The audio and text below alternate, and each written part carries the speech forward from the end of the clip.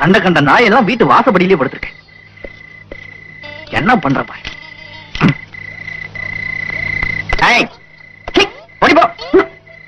அண்ணே நீங்களா?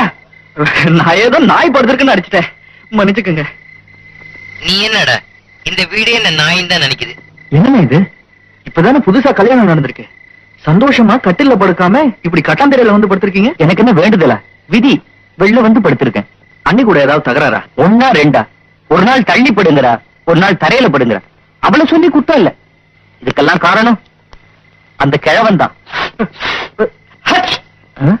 தம்பி, நான் ஒரு முக்கியமான விஷயம் சொல்றேன். வீட்டுக்குள்ள புல்ல பிடிக்கிற கும்பல் ஒண்ணு இருக்கு.